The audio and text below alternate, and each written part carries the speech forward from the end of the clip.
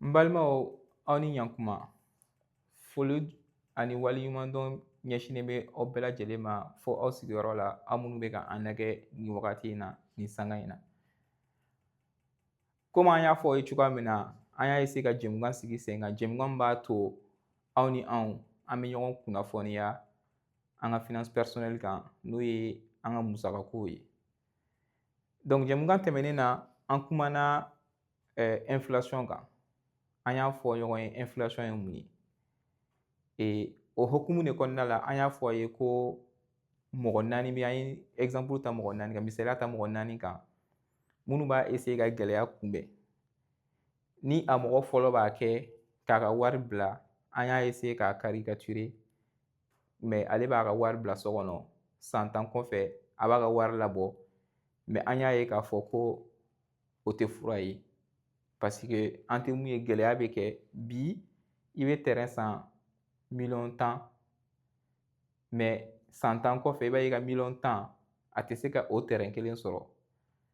mais c'est pas forcément que terrain de sɔngɔ yɛlɛla mais o b'a yira ko wari de jasira donc bi ka wari bila kɛrɛfɛ ka 10,000 bila kɛrɛfɛ k'a fɔ ko san 10 kɔfɛ i bɛ 10,000 labɔ a tɛ 10,000 fɛn sɔrɔ i bɛ se ka mun sɔrɔ bi an y'a ye fɛnɛ ko exemple filanan ye jumɛn ye misaliya filanan o ye mɔgɔ min bɛ a ka wari bila banki la yanni an ka don a sariya ko hukumu yɛrɛ kɔnɔna la an b'a fɔ an bɛ ka essayer ka banki yɛrɛ ni wari bɛ fonctionner cogoya min na an bɛ ka essayer k'olu de ɲɛfɔ aw ye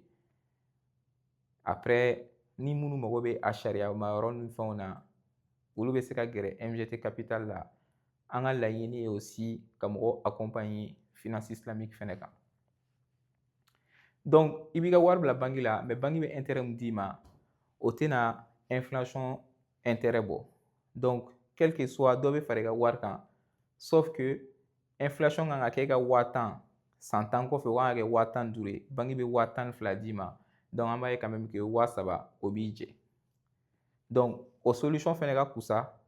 mais o tɛ solution yɛrɛ yɛrɛ ye halisa solution sabanan o kun ye jumɛn ye an y'a fɔ mɔgɔ minnu bɛ sanu san surtout an balakaw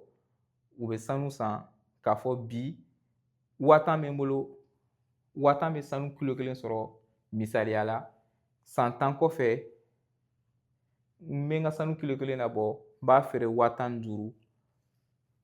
o b'a sɔrɔ gɛlɛya 10,000 o kun kan ka kɛ 15,000 ye dɔ b'a sɔrɔ sanu b'i bolo i b'i ka sanu feere a bɛ 15,000 d'i ma donc n'i tɛ fɛ k'i yɛrɛ kunkolo sɛgɛn n'i tɛ fɛ ka foyi kɛ ni i bɛ wagati min na n'i ye sanu san k'a bila i bolokɔrɔ ni sini ma sinikɛnɛ ma i bɛ se k'a feere ale bɛ inflation d'i ma n'an y'a fɔ ale ma ko valeur de refuge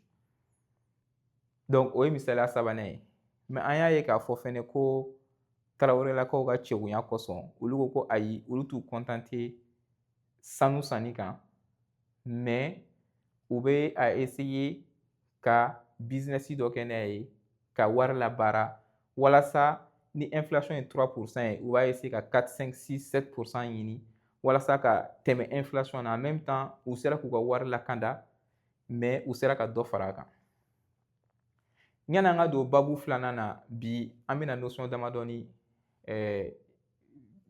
damadɔni walawala mais an b'a fɔ aw ye k'a fɔ ko an bɛ ka fɛn fɛn kɛ yan nɔ k'a yira aw la c'est parce que c'est à but pédagogique an bɛ ka ɲɔgɔn kalan de an bɛ k'a yira aw la wari bɛ marché cogoya min na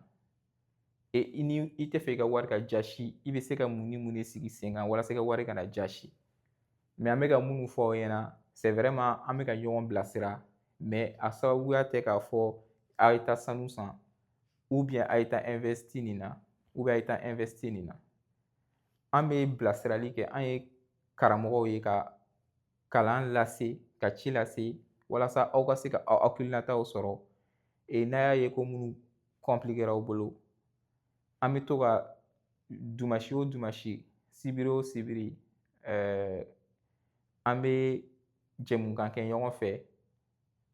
n'o ye faransi 20h ye amerikikaw ka 14h ou mali 18h an bɛ jɛ ka ɲɔgɔn dalajɛ ka kuru ka walanda di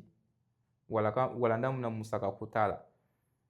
et o bɛɛ kɔfɛ ni mɔgɔ minnu fɛnɛ mago bɛ ka dɛmɛ na walasa k'u accompagner k'u dɛmɛ u ka processus la an b'o o cours particulier fɛnɛ kɛ donc an b'a ɲini aw fɛ aw ka abonner an ka chaîne na YouTube, Facebook, WhatsApp ani TikTok walasa aw kana se k'an ka jɛmukan nataw aw kana fɔ olu kɔ donc an y'a fɔ an b'a essayer sisan nɔ ka taga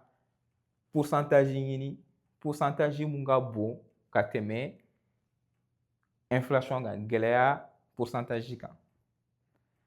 n'an y'o fɔ an b'a fɔ k'o bɛ kɛ cogo di donc o misaliya surunman ye dɔ bɛ se ka par exemple restaurant dayɛlɛ a bɛ investir restaurant na bi miliyɔn 10 b'a bolo a bɛ restaurant dayɛlɛ ni restaurant marchera a bɛ tɔnɔ sɔrɔ n'a ye tɔnɔ sɔrɔ a bɛ tɔnɔ bɔ ka tɔnɔ bɔ ka tɔnɔ bɔ f'a bɛ se ka tɛmɛ inflation kan ou bien dɔ bɛ se ka taa fɛn wɛrɛ dayɛlɛ dɔ bɛ se ka taa fɛn wɛrɛ dayɛlɛ mais diɲɛ kɔnɔna la bɛɛ tɛ entrepreneur ye donc an minnu kunkolo tɛ se ka sɔn ou bien an ma business ou bien business dɔ ka di ye i ɲɛ b'a la mɔgɔw ka ca a la i bɛ mun kɛ donc an bɛna solution dɔ proposer o solution in kɔnɔna la n'an bɛna ye k'o fɛnɛ bɛ se ka marcher mais a solution ye toujours dans le but pédagogique an tɛ k'a fɔ mɔgɔ ka taga o solution kɛ an b'a yira aw la ni solution alternative bɛ yen nɔ donc o fɛnɛ i bɛ se k'o fɛnɛ lajɛ o solution dɔ ye mun ye tile filɛ in na an b'a dɔn aw bɛ k'a mɛn fan bɛɛ BRVM aw bɛ ka bourse tɔgɔ mɛn aw kana boli aw kana siran an bɛna a essayer ka a fɔ aw ye bourse yɛrɛ ye mun ye yan'an ka kuma daminɛ tuguni mɔgɔ caman bɛ arnaquer bourse la parce que i ma don a don yɔrɔ ɲumanw fɛ ou bien i m'a ɲɛɲini ka kalan kɛ k'a dɔn i bɛna don ko mun na n'i ma ko mun ɲɛɲini n'i donna a la ten ko parce que tɔw bɛ don a la ten i ta bɛ k'a la tɔ ka jɛ et an ka objectif an ka laɲini dɔ ye mun ye walasa ka aw éviter walasa mɔgɔ ka se ka aw arnaquer aw ka se ka bɔ kow kalama aw ka dɔn kow bɛ marcher cogoya min na ni aw mago bɛ dɛmɛ na an ka accompagnement fɛnɛ bɛ yen nɔ an bɛ se ka aw accompagner aw ka processus kɔnɔna la walasa aw ka kisi arnaque ma ŋanamu-ŋanamu ma n'i ye bourse ta n'i y'a tɔgɔ mɛn a b'i ja lasiran mais bourse tɛ dɔ wɛrɛ ye aw ni ne an bɛ tile ka taa sugu la dugu mana jɛ musow bɛ taa na san sugu la n'u taara sugu la u bɛ nemuruw sɔrɔ u bɛ jabaw sɔrɔ yen u bɛ mangorow sɔrɔ yen u bɛ taa ni wari ye u bɛ taa san feerekɛlaw bɛ yen u bɛ wari di feerekɛlaw ma k'u ka nafɛnw minɛ u bɛ taa so donc bourse c'est vraiment juste un endroit où mɔgɔ minnu bɛ yen nɔ feerekɛlaw ni feerefɛn b'u bolo ni anw minnu fɛnɛ bɛ sannikɛlaw ni wari bɛ anw bolo an bɛ taga feerekɛlaw ka sannikɛfɛnw san bourse a créera kuma jumɛn bourse min ka kɔrɔ ni bourse yɛrɛ bɛɛ ye à peu près sanni feere yɔrɔ dɔrɔn de don sugu dɔrɔn de don bourse min ka kɔrɔ ni bourse bɛɛ ye o bourse bɛ Amsterdam Pays-Bas faaba la u minnu b'a wele Hollande donc o bourse créera en 1602 san 1602 Faransi ni Amérique bourse o créera san 1700 olu wagatiw la ani 97 et bourse dɔ fɛnɛ bɛ an fɛ yen komi an y'a fɔ a ye cogoya min na n dalen b'a la k'a fɔ aw bɛ ka a mɛn ni tile fila in na BRVM n bɛ se k'a fɔ aw ye arnaque tɛ arnaque don arnaque tɛ mun na a sigilen don farafinna worodugu yanfanw fɛ n'an b'a wele ko Afrique de l'Ouest notamment kɛrɛnkɛrɛnnenya la UEMOA jamanaw fɛ jamana 8 a sigira sen kan en 1996 san 1996 donc bi nin wagati in na a sigira décembre kalo wagati la septembre ka taa se décembre ma et nin ɲinan kan ka kɛ a san 30 ye Donc san bi saba a bɛ fonctionner. A sigira o worodugu yanfan jamana 8 fɛ. O jamana 8 ye jumɛn ye? O ye Mali ye, o ye Sénégal ye, o ye Côte d'Ivoire ye, o ye Guinée Bissau ye, o ye Burkina Faso ye, o ye Togo ye, o ye Benin ye ani Niger. O jamana 8 u sigira k'a fɔ an bɛ sugu dɔ bila sen kan. Sugu min kɔnɔna la entreprises baarakɛdaw u bɛ taga u ka entreprise yɔrɔ dɔw bila ni mɔgɔw bɛ se k'a san ou bien an jamana wɛrɛ an jamana 8 ni an mago bɛ wari la an bɛ se ka taga wari ɲini yen avant que an ka taa wari ɲini cakɛdaw la diɲɛ cakɛdabaw la i n'a fɔ FMI a n'a ɲɔgɔnna caman. Donc an bɛna a essayer ka a expliquer aw ye. An ye bourse yɛrɛ expliquer. Bourse ye mun ye? Fɛn wɛrɛ tɛ sugu don. An bɛna fɔ aw ye bourse suguya ka ca. Américains fɛ yen nɔ par exemple NICE b'olu fɛ yen nɔ. Olu kɔnɔna la i bɛ se ka taa a bɛ to k'a mɛn S&P 500, Nasdaq, a bɛ to k'a mɛn i n'a fɔ entreprise dɔw filɛ nin ye Amazon, Meta, Microsoft a n'a ɲɔgɔnna caman. A b'a mɛn mɔgɔw b'a fɔ an ye nin action in san an kɛra actionnaire ye. Actionnaireya sababuya ka ca. Kuma dɔw la i bɛ taga entre cakɛdaw la ka wari d'u ma walasa ka capital action dɔw san walasa ka fara baarakɛmɔgɔw kan. Hali n'a sɔrɔ i yɛrɛ tɛ baara kɛ yen i ka wari bɛ kɛ ka baara k'i ye. Et Faransi par exemple a bɛ to ka CAC 40 ko kuma mɛn i n'a fɔ Société Générale, Total Énergie a n'a ɲɔgɔnna caman olu fana bɛ sɔrɔ marché min kan n'o bɛ wele ko Euronext. Anw fɛ yen an ka bourse ale tɔgɔ ko BRVM. BRVM a définition ye Bourse Régionale des Valeurs Mobilières. Comme an y'a fɔ ye jamana 8 o de b'a sanfɛ. Maintenant mun ni mun bɛ sɔrɔ a kan? An bɛ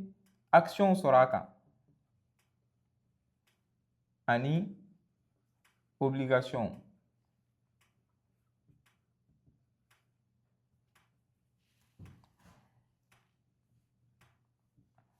Action, obligation an bɛna tila k'olu détailler aw ye.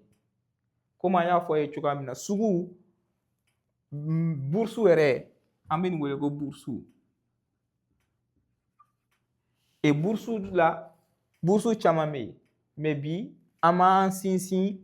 an ka jamana bɛ yɔrɔ mun ta kan n'a bɛ wele ko BRVM. Nin fɛn fila de bɛ sɔrɔ o le k'an ka taga lemuru san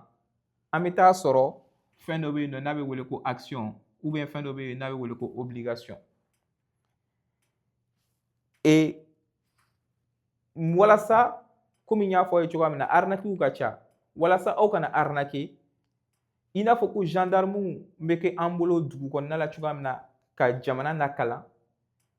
gendarmew fana bɛ yen nɔ minnu fana bɛ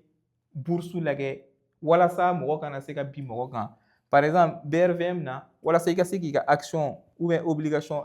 action an bɛ taga n'o ye walasa i ka cakɛda ka se ka bila bourse sanfɛ. Il faut que i ka cakɛda ka exister pendant 5 ans. Il faut avoir un historique de 5 ans pour que i ka se ka n'i ka action yɔrɔ dɔ feere nin sugu in kan. Et il faut avoir 5 ans et il faut avoir un capital. Il faut que i ka entreprise n'an y'a jateminɛ i ka restaurant a bɛ fɔ i ka restaurant n'a a mumɛ bɛɛ lajɛlen a tɛ tɛmɛ $1,000,000 kan. I ye mun don a la i ka capital ni fɛnw i ye minɛn minnu san $1,000,000. Donc pour que i ka se ka na BRVM kan il faut que i ka kɛ fo 500 millions fo $500,000 i k'o de sɔrɔ walasa i ka se ka bila BRVM kan. Et donc comme an y'a fɔ aw ye cogoya min na gendarmew bɛ dugu kɔnɔ ka anw circuler ka anw bila taa ɲɛ ka sira kan cogoya min na o gendarme kelenw bɛ yen nɔ walasa ka nin sugu in jateminɛ n'an b'ale wele ko AMF. AMF UEMOA.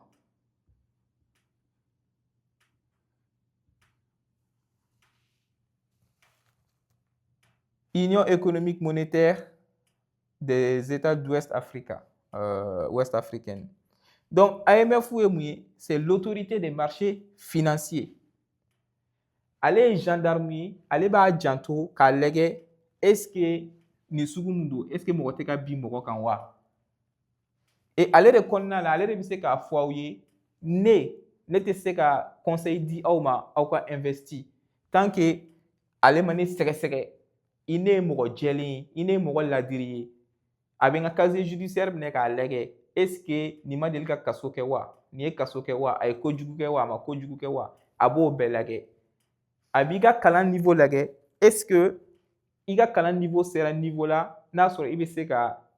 a fɔ mɔgɔw ye a ye taa sanni kɛ ou bien aw kana sanni kɛ parce que ces instruments là sont un peu dangereux n'i t'a dɔn a kasara ka bon o la avant que i k'i ka wari don a la kan'a mɛn dɔrɔn mɔgɔ b'a f'i ye a b'i ka wari multiplier mɔgɔ tɛ se ka mɔgɔ ka wari multiplier walasa ka danaya ni fɛnw sɔrɔ ka da mɔgɔ kan AMF de b'a kɛ k'a fɔ nin tigi filɛ an ye nin sɛgɛsɛgɛ an y'a ka casier judiciaire lajɛ mɔgɔ jɛlen don ou bien entreprise bɛ yen nɔ ninnu entreprise mɔgɔ jɛlenw don aw bɛ se k'a ka wari latɛmɛ nin fɛ n'a y'a ka wari latɛmɛ u fɛ n'a ye aw ka action san ni problème kɛra ale de bɛ se ka o ko gérer donc ale ye gendarme ye an b'ale wele gendarme de la bourse AMF kɔfɛ il y a DCBR c'est le banque de règlement ale de b'a janto n'a ye action ni fɛnw san a bɛ déposer ale de fɛ yen ni wari dira ni e y'i ka wari di ka sugu la ka sanni kɛ i mana action san ale de b'a détenu c'est lui qui va se porter garant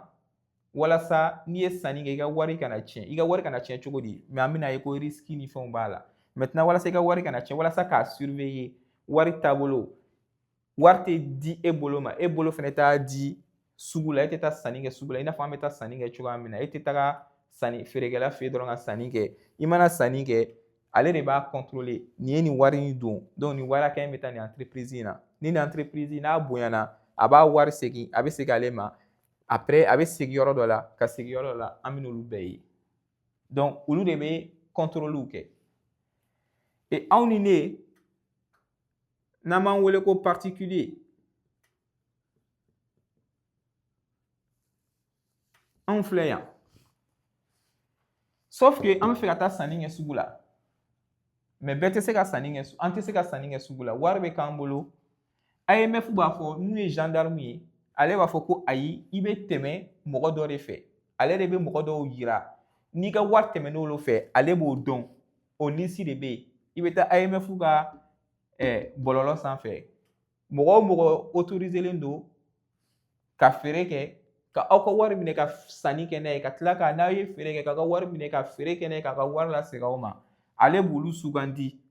n'ale b'olu wele ko SGI ou encore des SGO. Ce sont des sociétés qui vont être autorisées par l'AMF de collecter vos sous comme an y'a fɔ a ye cogoya min na walasa mɔgɔ ka se k'a fɔ a ye a ye nin san walasa ka conseil d'aw ma ka ladilikan d'aw ma k'aw ka nin san aw kana nin san AMF de b'o bɛɛ déterminer donc ni an bɛ fɛ ka action san an bɛ tɛmɛ SGI ou SGO fɛ société de gestion et d'intermédiation ou société de gestion d'OPCVM OPCVM ye ni wari b'i bolo i kelen i bɛ tɛmɛ SGI fɛ mais ni wari t'i bolo e ka wari ma ca SGO olu bɛ wariw fara ɲɔgɔn kan ka taga sanniba kɛ u b'a fɔ ko kɔnɔ jɔlen de bɛ bi fɔ parce que olu bɛ wari caman fara ɲɔgɔn kan walasa u ka se ka sanniba kɛ et n'i y'i ka part feere i ka part fɛnɛ olu b'a segin i ma donc an bɛ tɛmɛ SGI ni SGO fɛ olu b'an ka sanni kɛ soit an bɛ taa action san soit an bɛ taa obligation san et n'an bɛ fɛ ka feere kɛ dun an bɛ tɛmɛ fɛnɛ u fɛ u bɛ ordre passer sugu la k'a fɔ nin tigi bɛ fɛ k'a ka yɔrɔ feere a ka action feere n'a ye action feere action bɛ na ou bien n'a ka obligation feere o bɛ na o bɛ segin ka na SGO SGI fɛ a bɛ sɔrɔ k'an ka wari lasegin an ma donc sugu in kɔnɔna la anw tɛ se ka taa directement ka taa sanni kɛ n'o faamuyara i b'a dɔn o de la ko garantie b'a la mɔgɔ bɛ yen nɔ mun b'a contrôler a bɛ n'a fɔ minnu bɛ farajɛ jamanaw la hali an ka farafin jamanaw la impôt u bɛ agent d'impôt bila ka taa sɛgɛsɛgɛli ni walawalali minnu kɛ nin de ka baara y'o ye AMF de ka baara y'o ye autorité des marchés financiers donc ale ka baara ye mun ye ka contrôle kɛ ninnu ni ɲɔgɔn cɛ walasa nin ka kɛ ka ɲa nin processus ka kɛ ka ɲa donc n'an y'o faamuya sisan an bɛna lajɛ action ye mun ye ani obligation fana ye mun ye an b'a daminɛ action na walasa ka misaliya d'aw ma an b'a jate minɛ misaliya la ko boulangerie filɛ nin ye a ka sisi bɛ bɔ yan boulangerie filɛ nin boulangerie an ye a tigi boulangerie tigi ye wari fara ɲɔgɔn kan k'a ka boulangerie kɛ komi an y'a fɔ a ye cogoya min na bourse de ye yɔrɔ ye wari bɛ minnu bolo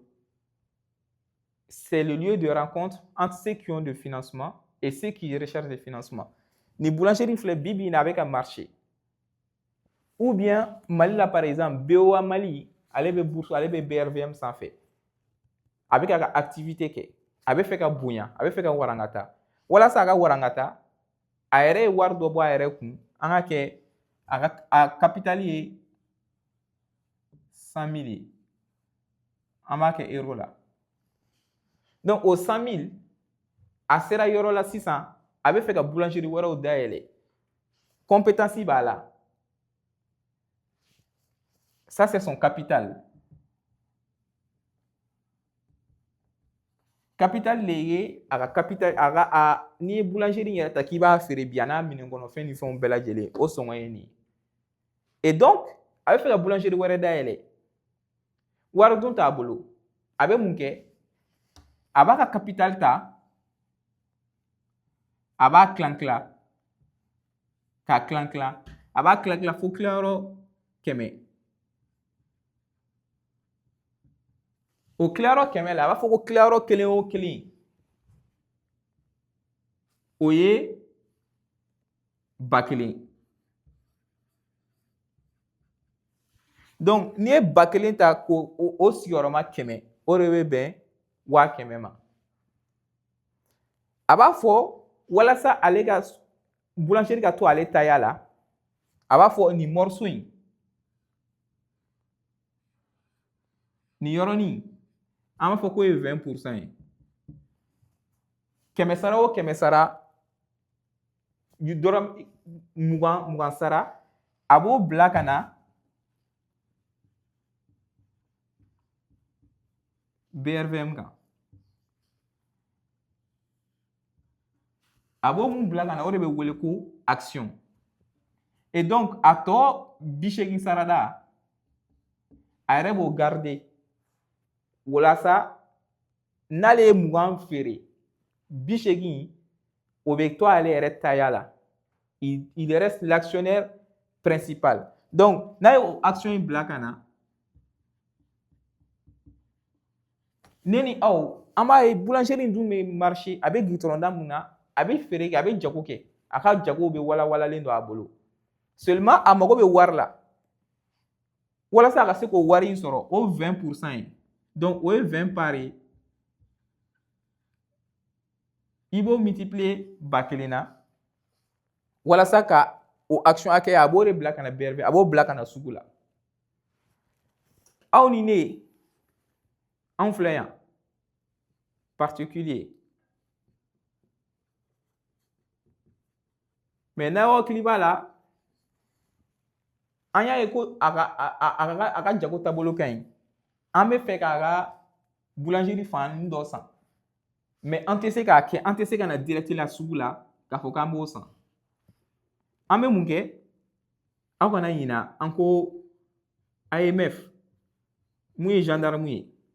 a b'a fɔ ko an bɛ obligé k'an ka wari tɛmɛ mɔgɔ de bolo n'ale b'o wele ko SGI ale de bɛ intermédiation kɛ o intermédiation na an b'a fɔ a ye an bɛ fɛ ka action kelen san une part Donc, on va acheter une part. On va faire morceau de ça. Au morceau ni, on va en chicken nase EGI ma. EGI mou, il faut que AMF ka fo EGI du même. Avec John Yamaruya au China. Donc, on va chila se chide ma. Chile meta sugu kono. Avec taka sugu la, on va faire sugu la mogo. Ne mogo be ni boulangerie. Ne mogo be aka action kelena. Action kelen me dama. Action kelen o ye ba kelen. O ba kelen a b'o ta a ka kaye kɔnɔna la a b'a fɔ Mariam ale ye action kelen san. A bɛ Mariam sɛbɛn. A b'a fɔ Mariam par kelen bɛ Mariam bolo. O par kelen a y'o bila ni Mariam tɔgɔ la. Maintenant a y'a san, n'a ye action san, a bɛ kɛ cogo di? A bɛ kɛ actionnaire ye. Mariam bɛ kɛ actionnaire ye. Maintenant a y'a san o tɛ baara bannen ye. Action tɔ mun bɛ sugu kɔnɔna la o ye 19 ye. A bɛ 20 in bɔ yen, a bɛ 19 bila parce que kelen bɛ Mariam bolo. Maintenant an ka pizza filɛ nin ye. Choix fila de b'an bolo. Soit maintenant a bɛ taga boulangerie wɛrɛ dayɛlɛ, fitinin wɛrɛ dayɛlɛ. O fana bɛ feere kɛ. A bɛ dɔ wɛrɛ dayɛlɛ, o fana bɛ feere kɛ. O tunn'o mana caya. U bɛ fɛn dɔ wele ko conseil d'administration. San o san u bɛ dalajɛli kɛ. Action bɛ mɔgɔ o mɔgɔ bolo n'an b'o wele ko actionnaire. Droit bɛ d'i ma i ka voter.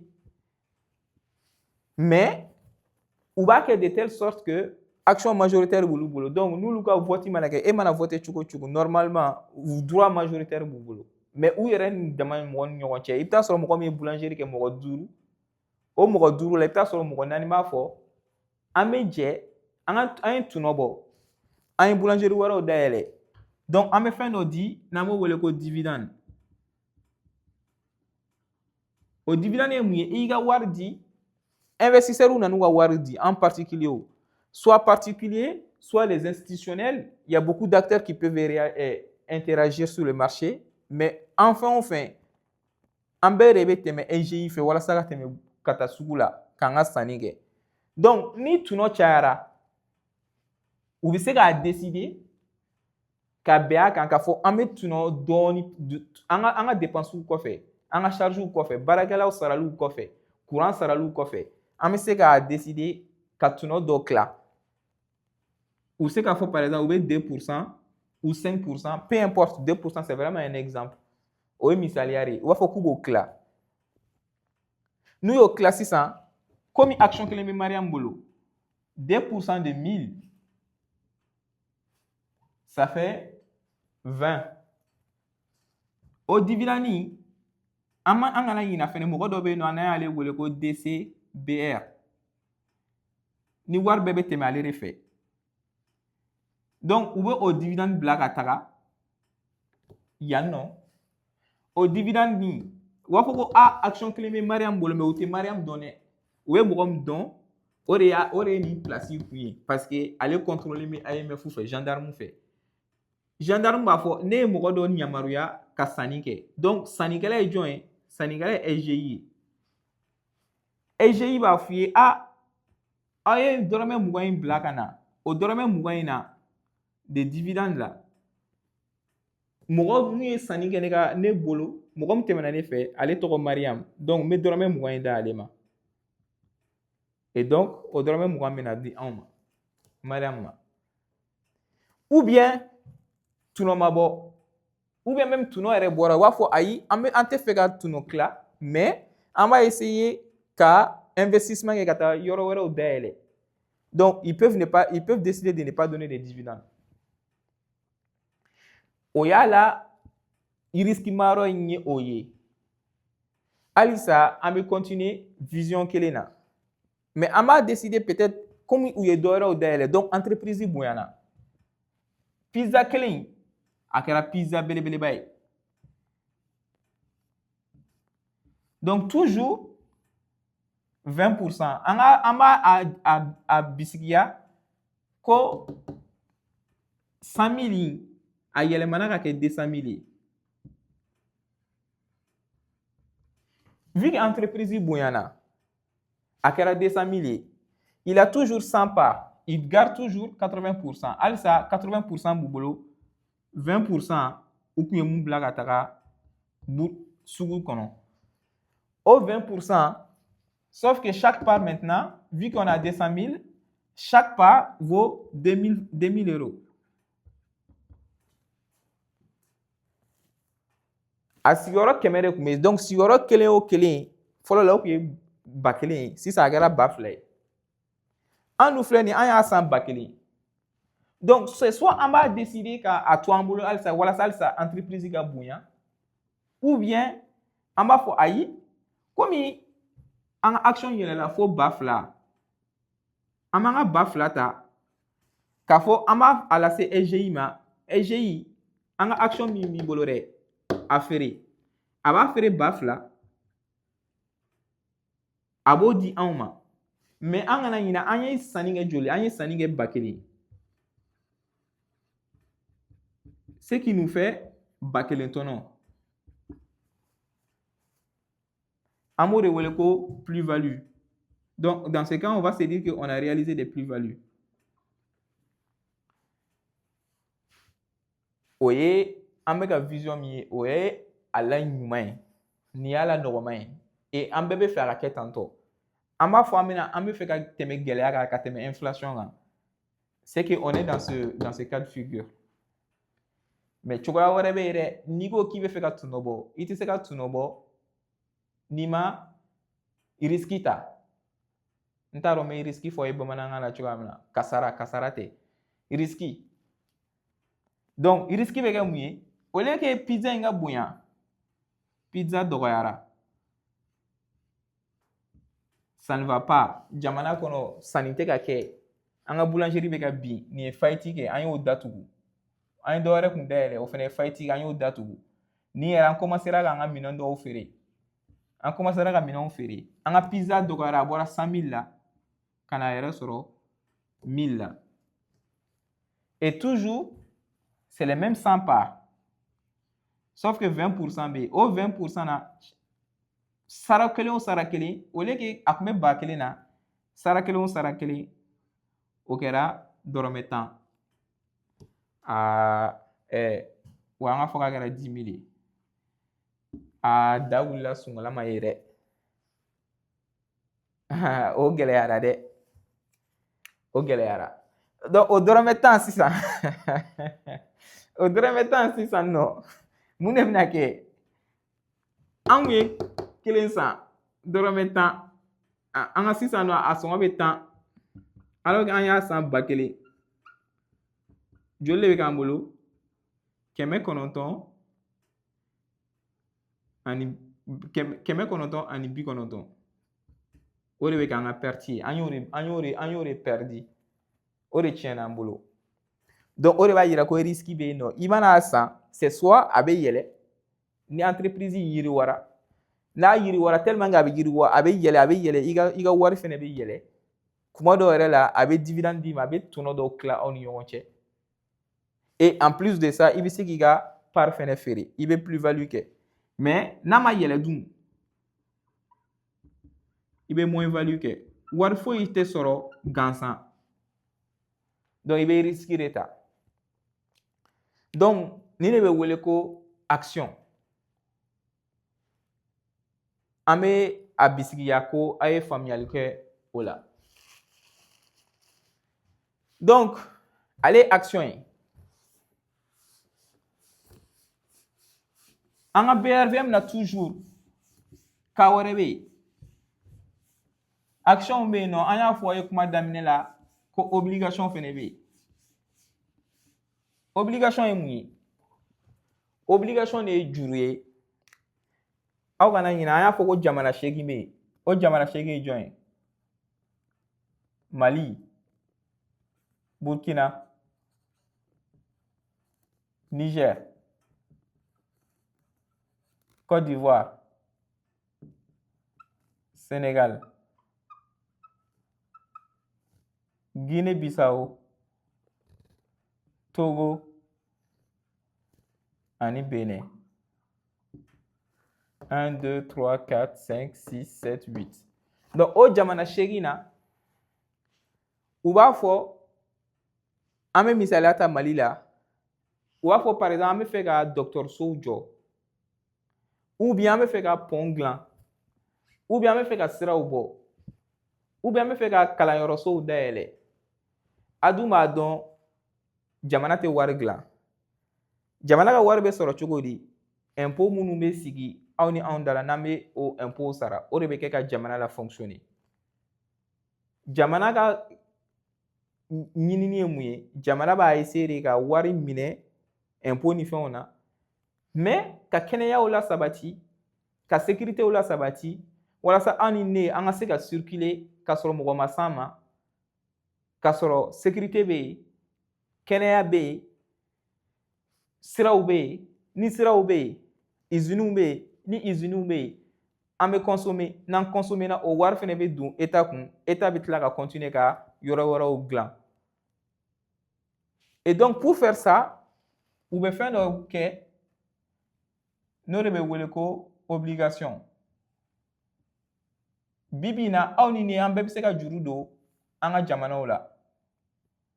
anglais la u b'a wele ko bond français la a bɛ fɔ a ma ko obligation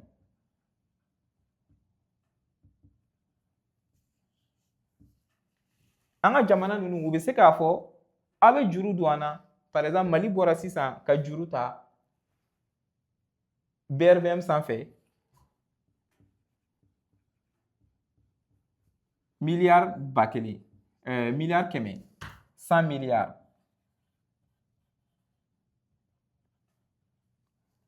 u bɔra ka 100 miliyari juru ta u b'a fɔ a bɛ 100 miliyari da anw ma obligation mun ye juru de don a bɛ juru don an na san 10 kɔnɔna la par exemple bi an bɛ 2026 la san 10 a bɛ laban fo 2036 u b'a fɔ a bɛ juru don an na an bɛ tɔnɔ d'aw ma 7% par exemple donc san o san an bɛ 2026 la 2027 u bɛ 7% d'an ma 2028 pareil jusqu'à 2035 u bɛ 7% d'an ma et 2036 an k'a fɔ ko u bɛ 7% d'an ma plus an ye mun di u ma dɔrɔmɛ 10 par exemple donc i bɛ 10 di bi Mali jamana ma walasa a ka se k'a ka dɔgɔtɔrɔsow dilan walasa a ka se k'a ka pont dilan walasa a ka se ka kɛlɛkɛminɛnw san an ka faamaw ye walasa a ka se ka gudɔrɔnw da walasa a ka se ka aéroportw dilan walasa a ka se ka kuranko sabati i man'o d'ale ma i ye dɔrɔmɛ 20 d'a ma san o san an ka kɛ k'i ye 1000 d'a ma 200 d'a ma walasa calcul ka nɔgɔya san o san a bɛ 70 d'i ma san o san a bɛ 70 d'i ma fo ka taa se san laban ma a bɛ 70 d'i ma yan ka tila k'i ka 1000 francs lasegin i ma a bɛ 14 fo ka taa se san laban san 10nan a bɛ i ka 14 segin i ma ka tila k'i ye wari min d'a ma a b'o lasegin i ma et pareil o fana bɛ kɛ cogo di anw filɛ yan nɔ au lieu que jamana ka taga yɔrɔ wɛrɛ k'a fɔ k'a bɛ taa juru ta an jamanadenw an b'an ka ordre passer an y'a fɔ a ye cogoya min na toujours SGI bolo o SGI n'olu contrôler bɛ AMF fɛ ni gendarme bɛ yen nɔ olu bɛ contrôler kɛ olu kan an b'a fɔ nin ye SGI ye n bɛ fɛ ka dɔrɔmɛ 200 1000 francs 200 m'o d'i ma i bɛ taa sugu kɔnɔ ka taa obligation san obligation bɛ na a bɛ n'ale bolo a b'a fɔ Amadu ye obligation san 200 donc san o san DCBR banque de règlement Mali jamana san fɔlɔ la a bɛ dɔrɔmɛ 70 a bɛ dɔrɔmɛ 14 a b'o bila ka na yan parce que an ye sanni kɛ ale b'a bila ka na EGI la EGI b'a lajɛ ko Amadu de ye 200 don a bɛ dɔrɔmɛ 14 di Amadu ma san filanan pareil a bɛ dɔrɔmɛ 14 d'a ma tuguni san sabanan fo san tannan a bɛ dɔrɔmɛ 14 d'a ma ani k'a ka 200 segin a ma donc o de bɛ wele ko obligation BRVM na ni fɛn fila de bɛ yen nɔ action ani obligation donc an b'a bisigiya k'a fɔ ko faamuyali sɔrɔla a la n'an ma yɔrɔ minnu faamuya komi an b'a fɔ aw ye cogoya min na kuma bɛɛ aw kana hésiter ka commentaire bila siɲɛ wɛrɛ an bɛna lajɛ aw ni ne komi an y'a fɔ aw ye cogoya min na an bɛ continuer ka cours kɛ mais aussi MGT Capital bɛ yen walasa ka aw dɛmɛ k'a lajɛ action jumɛn bɛ yen nɔ n'a bɛ se k'aw ka wariw don a la sariya hukumu na est-ce que BOA Mali n'o ye banque ye est-ce que n bɛ se ka taa n ka wari don o la wa ni n tɛ se ka n ka wari don o la alternative wɛrɛ jumɛn bɛ yen nɔ entreprise jumɛn de bɛ BRVM na bi cakɛda 47 o de bɛ BRVM kan et donc o cakɛda 47 n bɛ se ka n ka wari don yɔrɔ jumɛn ni n ka wari don yɔrɔ jumɛn na n bolo jumɛn de bɛ se ka nɔbɔ ko la n bolo jumɛn de bɛ se ka développer donc o de bɛ MGT Capital ka baara ye ni yɔrɔ min ma faamuya comme an y'a fɔ aw ye cogoya min na aw kana hésiter ka a commenter walasa ka an dɛmɛ ka mɔgɔ wɛrɛw sɔrɔ walasa mɔgɔ caman ka bɔ kunpan na walasa k'a fɔ i y'a ye i arnaquera parce que i t'a dɔn ko gendarme bɛ yen mun bɛ tɔgɔw d'i ma tɔgɔ minnu olu dɔrɔn de bɛ se ka sanni k'i ye bourse kan n'i taara i ka wari di mɔgɔ gansan ma n'a taara n'a ye ale t'o dɔn ale bɛ mɔgɔ minnu dɔn o de ye EGI les sociétés de gestion et d'intermédiation.